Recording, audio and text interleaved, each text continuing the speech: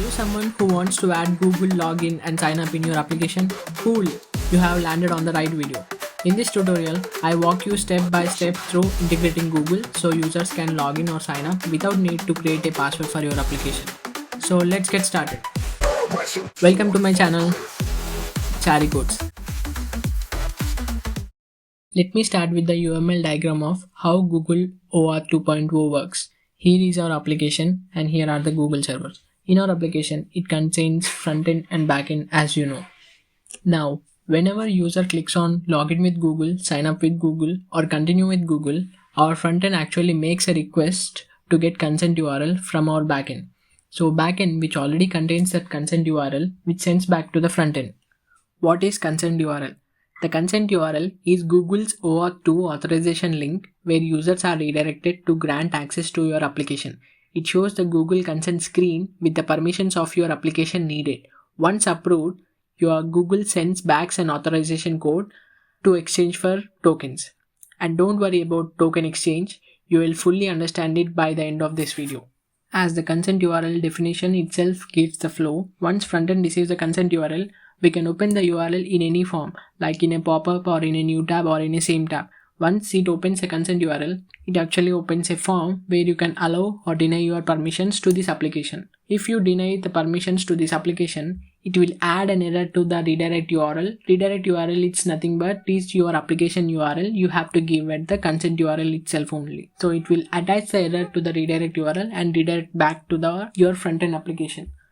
If you allow the permissions to this application, then it will generate authorization code and that code will be added to the redirect URL as a query parameter and returns to your application frontend. Frontend sends the code to the backend. Backend sends the same code to the Google server. Google server verify the code and return the user token to the backend. This is called token exchange. Once backend receives the token, backend requests user details with the token to Google servers. Google server again verify the token and return the user details to the backend. Now in the backend we got user details like first name, last name, email and avatar which is a profile picture, URL, etc. We store these details in our database and we are sure that if this user is authorized, we can just let know the frontend that this user is logged in successfully. Let's start to code. I'll go to my GitHub, create a new repository.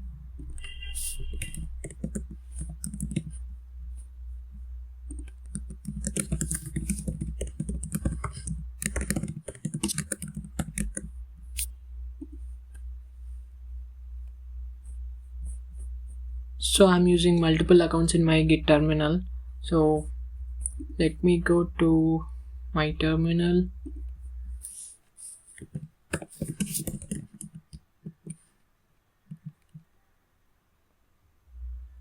As I said, I am using multiple accounts. So I put this CC. So this is for Code Chari. I created new account in GitHub terminal. So I am managing a lot of GitHub accounts. Let me clone this. It also asks a password kind of phrase if you put it. Now we cloned an empty repository. Let me open my WebStorm. Yeah, you can see this is empty now. So let me add some boiler code, which is, I got this all code. Let me just copy.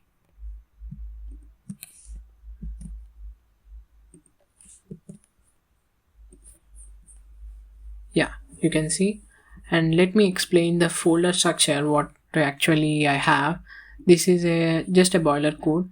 And before going to SRC folder, let me explain the outer files. This is env sample. If you want to have some sample envs to let other users know, ignore to node modules idea. The package.json, we have some dependencies, post CSS where you can also add Sass, CSS, etc. README, I think it's just a startup with creating a React app. And as I also configured Tailwind CSS. You can directly use Tailwind classes where you don't need to add some other files for CSS explicitly. And tsconfig, I'm using CommonJS, I think. Yeah, ES5. And so coming to SRC folder, I have library, pages, types, apps, initial execution of the React app, which is index.tsx, which is this file. And in this file, as you see, we are creating a root element from the public and creating an app and rendering the application inside the root folder, root body of HTML. And inside the app, if we go, so I have some routings. For now, it's only slash and OAuth sign page. So let's see what is OAuth sign page. It just has Google sign in with button and Microsoft OAuth button. That's it.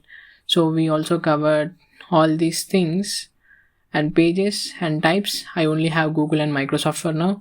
And in the library, I have some icons, some typographies, and Google button, Microsoft button. It's a raw code. You can call it as a boilerplate. So let me quickly install it.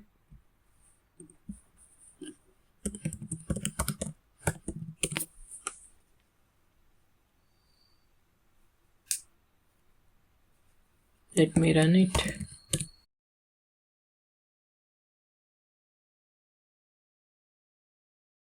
As you can see, it just ran my React boiler code application.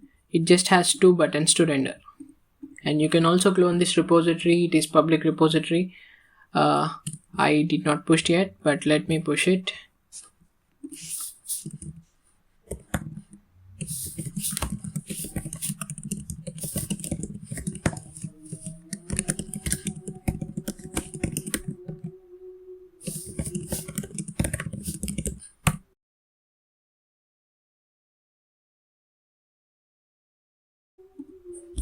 And now you can see this is a public repo. You can access it, clone it, install it, and start your React application. We have to set up some keys in Google Console. Let's start with the Google Console. Let me type Google Console here. Let me go to Google Console. And now let me select a project. Actually, I don't have any organization, so I just go to the left sidebar and APIs and services in the OAuth consent services. Now I have to create a project. Let me create a project here.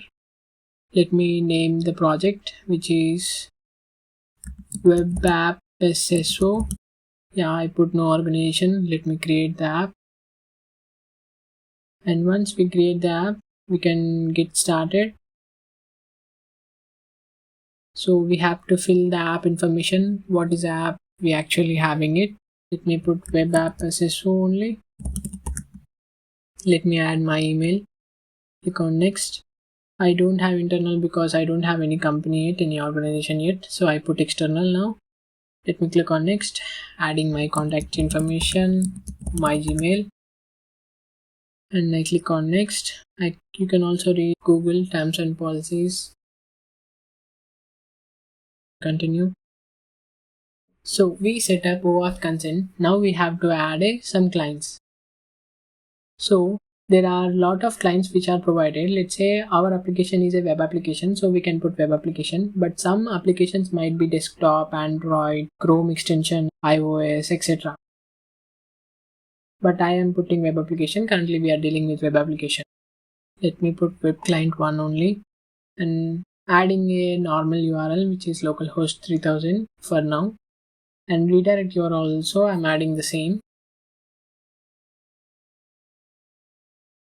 Let me create it. Now once we create, I can get the Google client ID. Let me add it to the env React app Google S client ID. And once we get this app done, we can actually view client secret here. Then click on edit button. Now we can see the client secret which I copied. React app Google secret client secret. Yeah, I type Google client ID and client secret for now. Let me add front-end URL also. It might be useful for redirect URLs in our application. Now we have all the keys. Let me go to the application. So whenever user clicks on sign in with Google, we should actually make an API call to the backend to get the consent URL. So for simplicity purpose, what I'll do,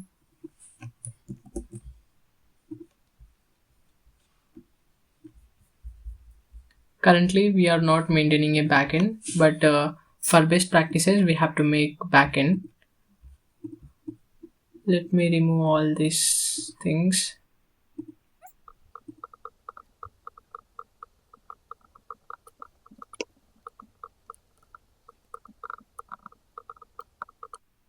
It's good to have to request consent URL to the backend, but for the tutorial purpose I'm having the consent URL in the front end only. So let me adjust these arrows. From the front end only we'll send the code to the Google servers, and Google will return the token to the front end. And now we'll call the user details API with the given token.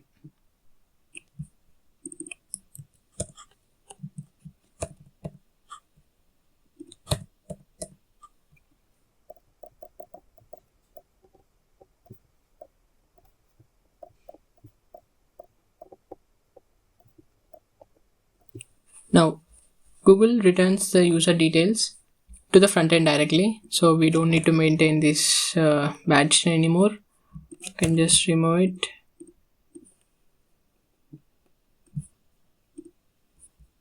And here front end will store user details for now in local storage.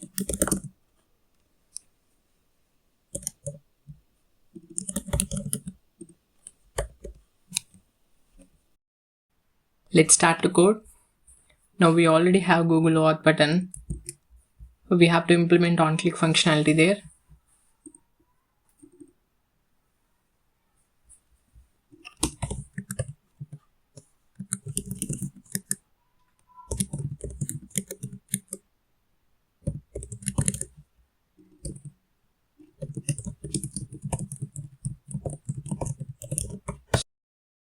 So let's assume we got a consent URL from one source, and we have to just open the consent URL in a new tab or you want to wish for.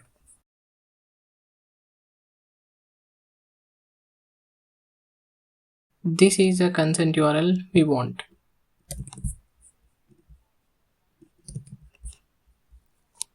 It actually a Google's account URL where accounts.google.com, OAuth 2, v2 and auth, we require a client ID.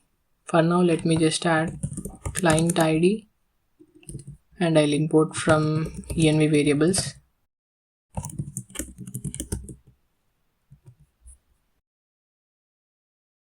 And we want redirect URL.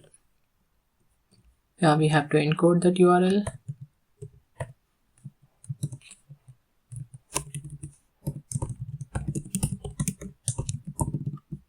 And the response type is code, like we are asking for authorization code, and scope is the permissions which we are asking to the user for our application, which is we are asking only email and profile permission and access type online and prompt. So prompt is consent, which is if you put prompt as consent, then it will ask user every time they click on sign in.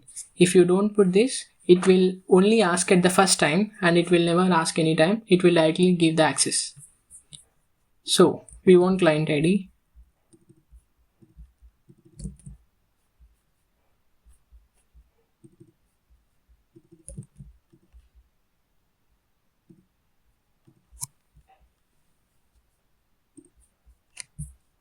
So let me refresh the application.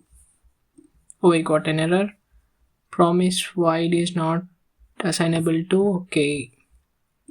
So this Google button actually has a type promise of void. I'm using TypeScript. You can use JavaScript also. This might, yeah. And this is solving our error. Let me click on this. Yeah, we got the error because, so let's debug it. I just want to know whether I'm getting client ID or not.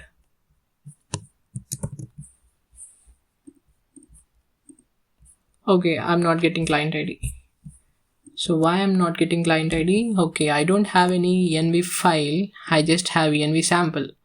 Let me add env file. And I'll copy. Currently we don't require this secret key for now.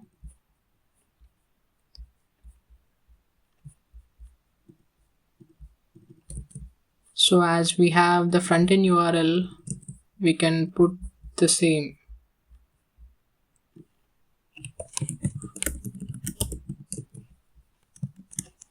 Not which gives this actually exist.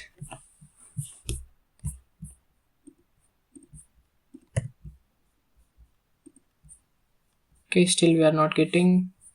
Yeah. Can you say why we are not getting the client ID still now? So once we added the env file, we have to restart the application.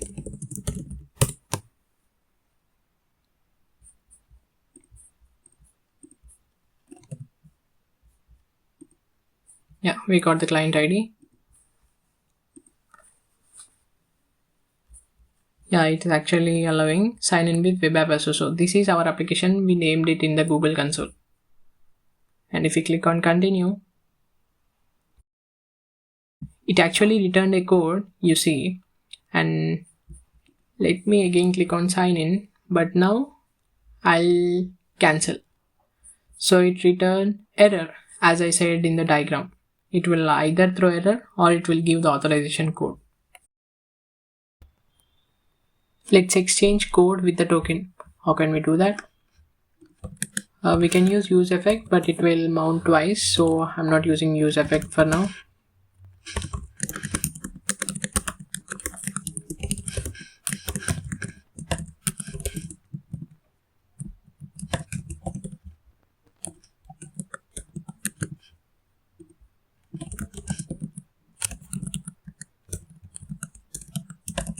My copilot giving me good suggestions. If code does not exist, I'll just return console log and return. And if code exists, I want token, right? So how can we do that? For this, Google already provides an API for the token exchange, which is Google. You can see Google OAuth 2 Google API/token. So for this, we will need client ID,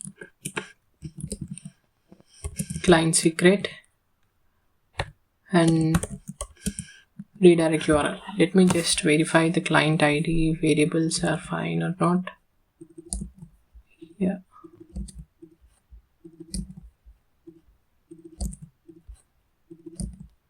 Now, yeah, we can make a body out of it, which is client ID, and make sure you put separation of client ID like this.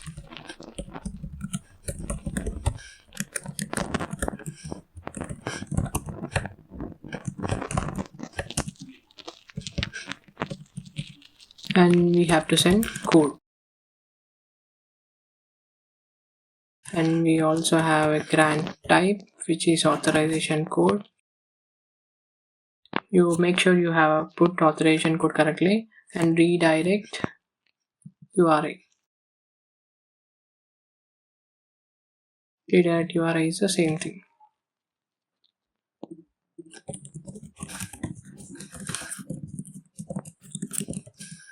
I'm using Axios. You can put you can use fetch also, but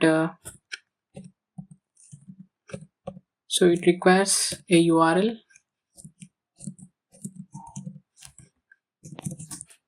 Google endpoint URL, and method is the post method, and data I give body,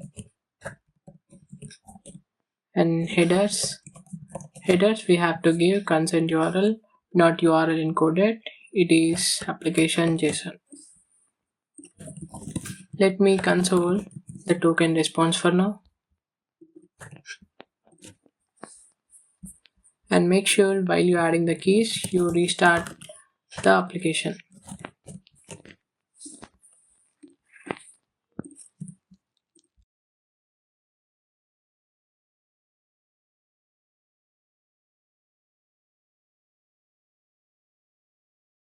Okay, we built everything, but we did not call this method at all.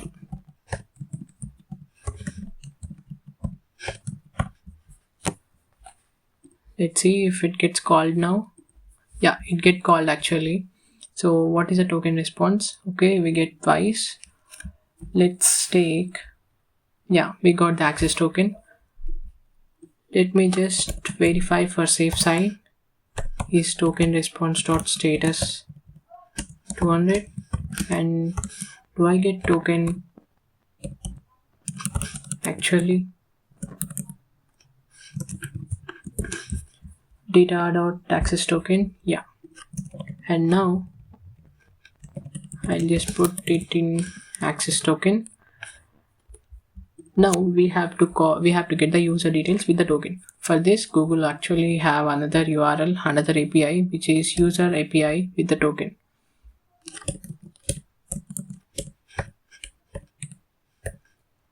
So what can we do? Const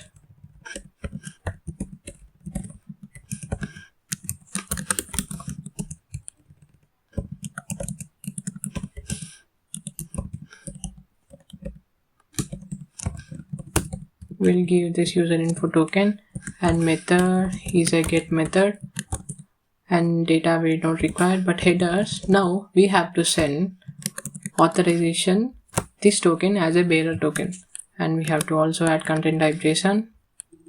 Let's see what we are getting.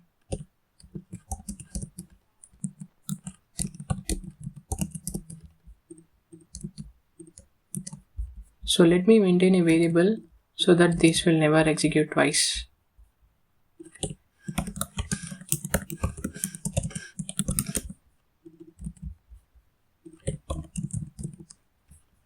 Let me maintain a state actually.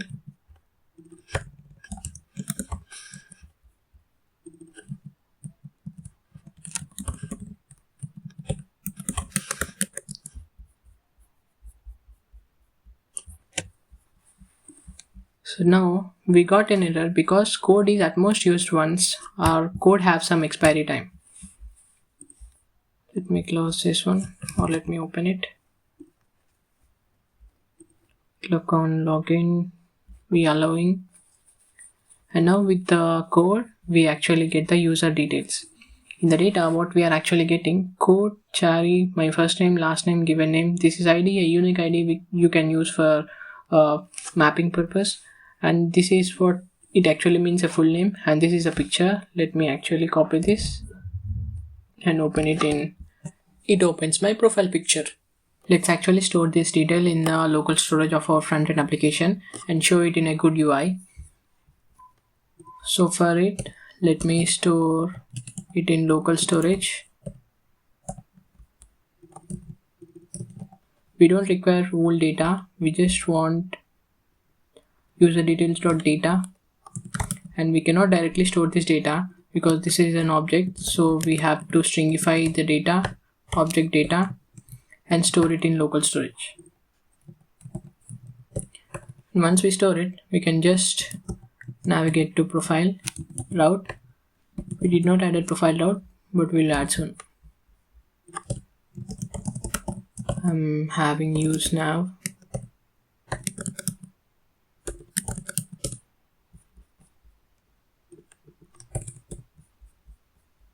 So before entering data, I just want to have a precise data, which is this type of data: first name, last name, email, avatar, and email verified.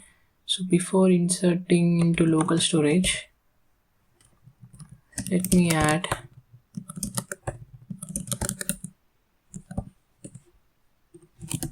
first name,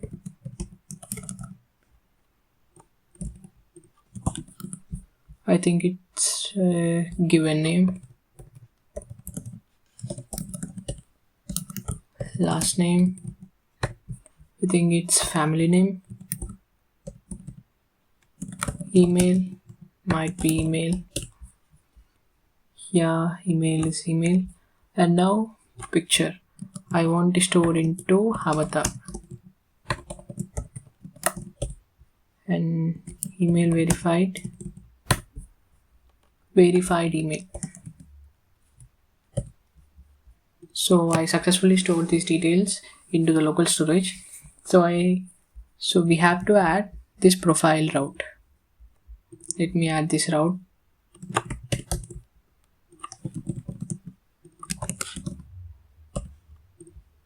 So I'm having a profile page which actually gives a pretty good UI for the users. So in this profile component, what I'm actually doing is initializing the use effect where it gets the local storage of key. I have to put the same key.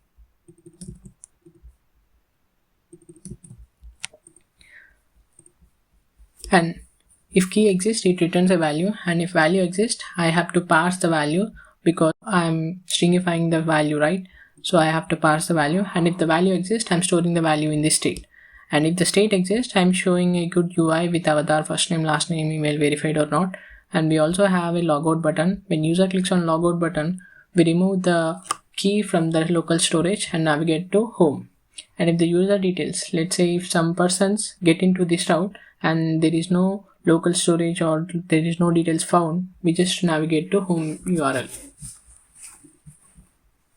So let's try. Let me try with profile. Yeah, it is navigating to home route. Let me click on sign in with Google.